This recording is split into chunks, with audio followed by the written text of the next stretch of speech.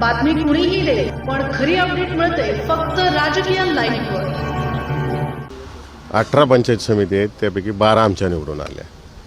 परंतु गेले 3-4 दिवस जर आपण पाहिलं तर सातपुतेंनी, माजी आमदारांनी मीडिया मॅनेज करून फक्त आपली एक सीट निवडून आलेली त्याचा गवगवा केला. आणि प्रत्येक इलेक्शन आलं आणि आपण हारलं की थोडे दिवस ते वेगळ्या विचारसरणीत जातात आणि प्रसिद्धी झोतात राहण्याची त्यांना सवय आहे कायम. त्यामुळं कोणत्याही स्तराला जाऊन ते आरोप करतात. कॉन्ट्रॅक्ट किलिंग तुम्ही त्यांची हत्या करणार होतात असं म्हणजे नेमकं आरोपांमागं तथ्य काय किंवा ते कशामुळे हे आरोप करतायत? सांगितलं ना, स्वतःला कायम प्रसिद्धीमध्ये ठेवण्याच्या दृष्टिकोनातून हा व्यक्ती कोणत्याही स्तराला जातो आणि कोणतेही भाष्य करतो. त्याच पद्धतीनं माढा लोकसभा मतदारसंघात जर आपण पाहिलं तर माढा लोकसभा मतदारसंघात हा महाविकास आघाडी आणि त्यांचे मित्रपक्ष आम्ही जी काही व्यूहरचना आखली होती, माळशिरस तालुका असेल, फलटण, मान विधानसभा मतदारसंघ असेल, सांगोला विधानसभा मतदारसंघ असेल, पण माढा विधानसभा मतदारसंघ असेल आणि त्याच पद्धतीने करमाळा, ज्या ज्या काही व्यूहरचना आखल्या होत्या त्यामध्ये पूर्णतः अपयश हे पालकमंत्र्यांना आलेलं आहे. त्यामुळं दोघंही वैफल्यग्रस्त झालेले आहेत.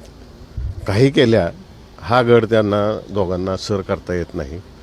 म्हणून लक्ष विचलित करणं, आपल्या कामापासून लक्ष विचलित करणं आणि एक दिशाहीन दिशेला लोकांना घेऊन जायचं हे काम ह्या दोघांचं नेहमीचंच आहे. मुख्यमंत्री आणि पालकमंत्री जयकुमार गोरे यांनाही त्यांनी पत्र लिहिले आणि माझ्या जीवाला धोका आहे अशा पद्धतीचं पत्रात उल्लेख केला. माझ्या जीवाला धोका असेल तेच सांगतोय तुम्हाला की इलेक्शनला हे सापडून आपटतात दरवेळेस आणि आपटलं की त्यांच्या बुद्धीवर थोडे दिवस गंज चढतो, परिणाम होतो आणि मग काही आरोप करतात, कोणत्याही लेवलला जातात ते.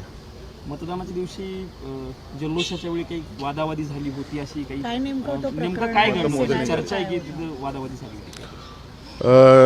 त्याचं मतमोजणीच्या वेळेस माध्यमांच्या माध्यमातून मी पाहिलं की मतमोजणीला सगळ्या पक्षांचे समर्थक एका जागेवर उभे असतात. वास्तविक पाहता पोलिसांनी हा कंट्रोल केला पाहिजे की दोन पक्षांची लोक एकत्र एका ठिकाणी न येता सुरक्षित अंतरावरती ठेवली पाहिजेत.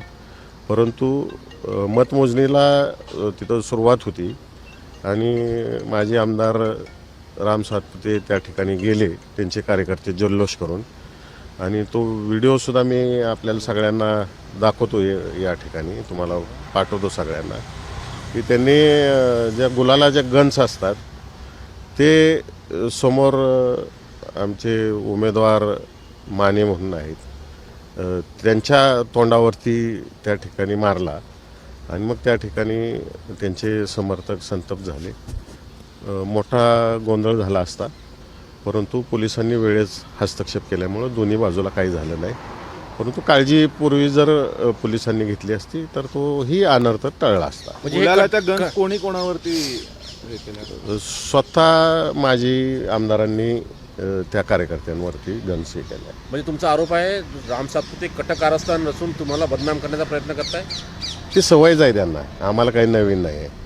कसं आहे, स्वतःला प्रसिद्धीत ठेवण्यात ते नेहमी माझ्यावरती, मोहिते पाटील परिवारावरती, उत्तम जानकर आमदारांवरती कोणत्याही लेवलला जातात आणि बोलतात. आम्हाला त्यांना काही फरक पडत नाही. आम्हाला फक्त जनतेची सेवा करणं हे दिसते. विधानसभा लोकसभा त्यांच्या हातात होत्या का? हो, होत्या. मी त्याचे व्हिडिओज तुम्हाला शेअर करतो सगळ्यांना. लोकसभा आणि विधानसभा निवडणुकीतील पराभवामुळे आणि आता मिळालेल्या एका विजयामुळे तुम्ही जसं म्हणता एकच विजय त्यांना मिळाला, त्याच्यामुळे हे सगळे आरोप सुरू आहेत. वैफल्यग्रस्त झालेले आहेत ते. दर इलेक्शन झालं, मतमोजणी झाली, ते आज सपाटून आपटतात आणि सपाटून आपटल्यानंतर ते वैफल्यग्रस्त होतात आणि वरिष्ठांना दाखवायला, स्वतःच्या पक्षाच्या वरिष्ठांना झाकण्यासाठी. निवडून आणता आलं पण बाकीच्या कार्यकर्त्याला निवडून आणता नाही आलं, तर याकडे कसं बघता तुम्ही? म्हणजे आमची व्यूहरचनाच ही होती की त्यांच्या पत्नीच्या विरोधात आमदार उत्तम जानकरांच्या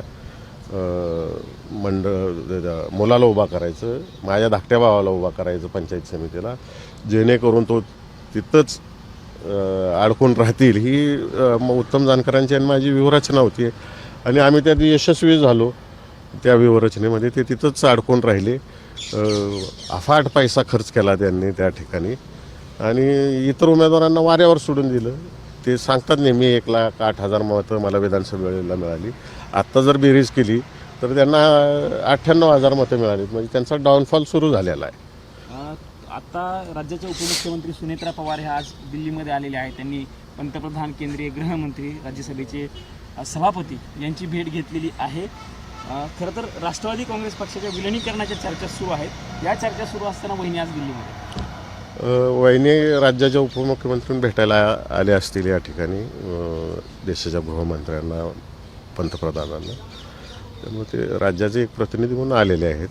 विलिनीकरणाचा विषय आमचे पक्षाचे वरिष्ठ बोलतील सगळेजण. तुमचं काय म्हणणं आहे विलिनीकरण झालं? कारण तुमच्या पक्षातील अनेक नेत्यांची विधानं होती अजित पवारांच्या की विलिनीकरण झालं पाहिजे. खासदार म्हणून तुम्ही कसं बघता आणि तुमच्यापर्यंत काय ह्या चर्चा आल्या होत्या का? कारण अनेकांचं मत आमच्यापर्यंत ह्या चर्चा आल्या होत्या. बैठक झाली हे आम्हालाही माहिती आहे, परंतु खासदारांची आमची सगळ्यांची मतं अजून घेतलेली नाही आहेत पक्षाने. ज्यावेळेस घेतील तेव्हा आमची वैयक्तिक मतं तुमच्यापर्यंत मांडू. हा विषय पोहोचलेला नाही आहे खासदारांपर्यंत? वैयक्तिक आमचं पक्षाच्या वरिष्ठांशी बोलणं झालेलं नाही. ज्यावेळेस बोलवतील, मतं आजमावून घेतील, त्यावेळेस आम्ही बोलू त्याच्यावर. राजकीय घडामोडींचं सर्वात वेगवान अपडेट फक्त इथेच राजकीय लाईव्हवर. आमच्या YouTube चॅनलला लाईक, शेअर, सबस्क्राईब करा आणि रहा राजकारणाच्या रणभूमीवरील थेट नजरेत.